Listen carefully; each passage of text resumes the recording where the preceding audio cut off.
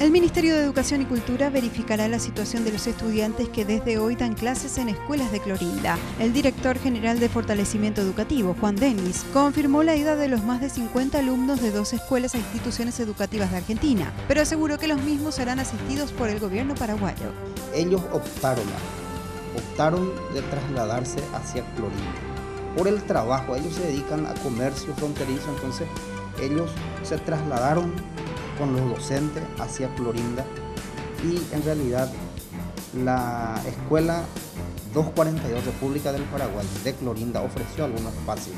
Al menos 1000 trabajadores de blanco de diferentes gremios de médicos iniciarán este lunes una huelga escalonada, exigiendo mejores condiciones laborales como ser la creación de una carrera sanitaria, la equiparación de los salarios y la provisión de insumos para los hospitales. Afirman que el presupuesto de salud debería al menos duplicarse para atender todas las necesidades existentes en el sector.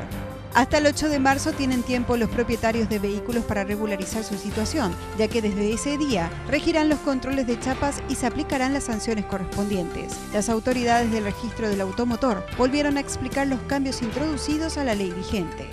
Contando ya con la escritura pública correspondiente, el certificado de verificación y por supuesto los trámites que realiza el notario público en su escribanía, que es el pago de las tasas correspondientes, que incluso ya se encuentra bancarizado,